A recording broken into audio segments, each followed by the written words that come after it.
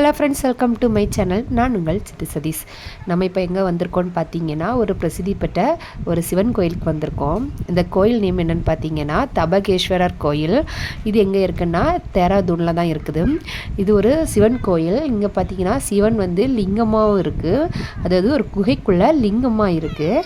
இப்போ நாங்கள் அங்கே கோயிலுக்கு தான் போயிட்டுருக்கோம். இந்த கோயில் பார்த்தீங்கன்னா குகை மாதிரி இருக்கும், அதுக்குள்ளே சிவபெருமான் லிங்கத்தில் இருக்குது.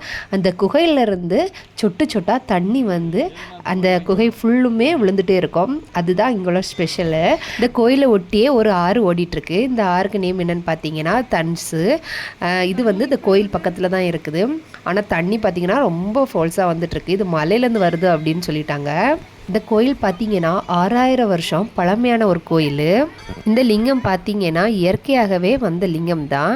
இதோட புராண வரலாறு என்னன்னு பார்த்தீங்கன்னா, மகாபாரதத்தில் பாண்டவர்களுக்கும் கௌரவர்களுக்கும் ஆசிரியராக இருந்தக்கூடிய துரோணாச்சாரியார் வந்து ஒரு வசிப்பிடமாக இந்த இடத்த பயன்படுத்தியிருக்காரு அப்படிங்கிற வரலாறும் இருக்குது. இவர் பெயர்னாலே இது வந்து துரோணா குகைன்னு அழைக்கப்படுறாங்க.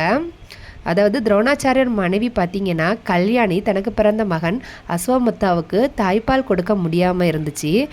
அதனால் துரோணர் பசுவை பாலோ வாங்க முடியாதனால சிவபெருமானிடம் பிரார்த்தனை செய்தார். அப்புறம் அந்த குகையில் உள்ள சிவலிங்கத்திலிருந்து சொட்டிய பால்னை தனக்கு மகனுக்கு கொடுத்தாரு அப்படிங்கிற ஒரு புராணமும் இந்த கோயிலில் பேசப்பட்டிருக்கு. இப்போ பார்த்தீங்கன்னா நாங்கள் கோயிலுக்குள்ளே தான் போயிட்டுருக்கோம். கோயிலுக்குள்ளே ஃபோன் அலோடு கிடையாது, அதனால் கையில் வச்சுருந்தேன். இந்த பாறையெல்லாம் பார்த்தாலே தெரியும், ஃபுல்லுமே தண்ணி சொட்டி தான் இருந்துகிட்ருக்கு. ஆனால் எப்படி தண்ணி வருதுன்னு தெரில. ஏன்னா மேலே பார்த்தீங்கன்னா வீடு அப்படி தான் இருக்குது, பட் எப்படி தண்ணி வருதுன்னு தெரியலை. அப்புறம் பக்கத்தில் பெரிய ஆறு ஒன்று ஓடிட்டுருக்கு. இந்த ஆறு பார்த்திங்கன்னா மலையிலேருந்து வர தண்ணின்னு சொல்லலாம். இந்த கோயிலுக்குள்ளே போகும்போதே ஆற்றுக்கு இறங்ககு படி கீழே போட்டிருக்காங்க. அங்கே போய் தான் நாங்கள் போய் பார்த்துட்ருக்கோம். இந்த பிளேஸ் பார்த்திங்கன்னா ரொம்ப சூப்பராக இருக்குது பார்க்குக்கு.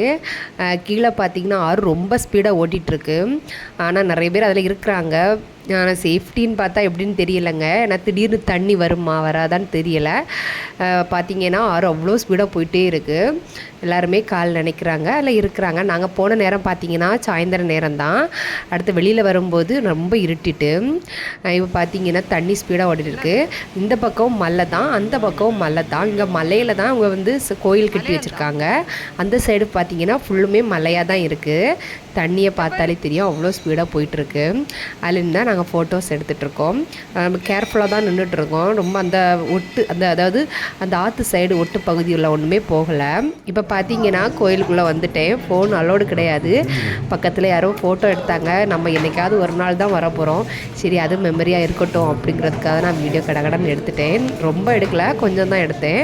இப்போ பார்த்தீங்கன்னா இதுதான் மெயின் சிவலிங்கம். பூஜைக்கு வேண்டிய சிவலிங்கத்தை தயார் பண்ணிகிட்ருக்காங்க. மாலையெல்லாம் போட்டு நம்ம இந்த கோயிலுக்குள்ளேயே குனிஞ்சு தான் போகிற மாதிரி இருக்கும். மேக்ஸிமம் எங்கேயாவது ஒரு இடத்துல தான் நின்றுட்டு இருக்க மாதிரி இருக்கும். உள்ளேயே குகை மாதிரிலாம் நிறைய சாமிலாம் இருக்காங்க. அதை பார்த்ததே அந்த லிங்கம் மட்டும்தான் மெயின் லிங்கம். அதை தான் வந்து அவங்க பூஜை பண்ணி ரெடி பண்ணிகிட்ருக்காங்க. இப்போ நாங்கள் கோயில் முடித்து சாமி கும்பிட்டு வெளியில் வந்துட்டோம். ரொம்ப இருட்டிட்டு. இது வந்து அங்கே மெயினாக ஒரு சிவலிங்கம் இருக்குது வச்சுருக்காங்க.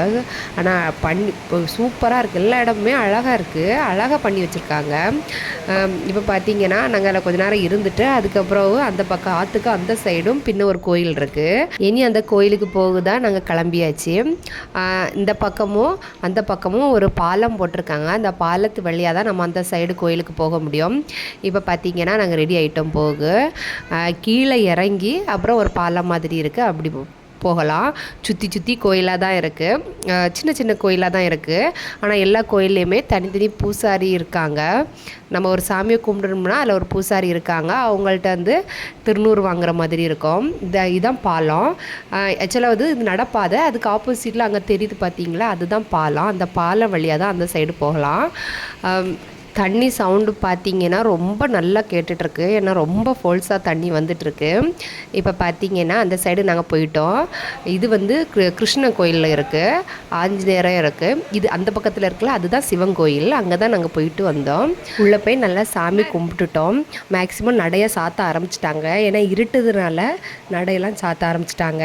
ஆனால் இங்கே உள்ள மலையில் பார்த்திங்கன்னா தண்ணி சொட்டையில் அந்த சிவன் கோயிலில் மட்டும்தான் தண்ணி சொட்டி இருந்து அந்த மலை மலை ஃபுல்லுமே தண்ணி சொட்டி சொட்டி தான் இருந்துச்சு. டப் மகேஸ்வரர் டெம்பிள் போக முடியாதவங்களுக்கு நம்ம வீடியோ ஒரு சமர்ப்பணம். இப்போ பார்த்தீங்கன்னா சாமி கும்பிட்டு நாங்கள் கிளம்பிட்டோம். தேங்க்யூ ஃப்ரெண்ட்ஸ், வீடியோ முழுசாக வாட்ச் பண்ணதுக்கு. பாய் ஃப்ரெண்ட்ஸ், அடுத்த வீடியோவில் சந்திக்கலாம். ஒன்ஸ் அகைன் நான் உங்கள் சித்தி சதீஷ். பாய், அடுத்த வீடியோவில் பார்க்கலாம்.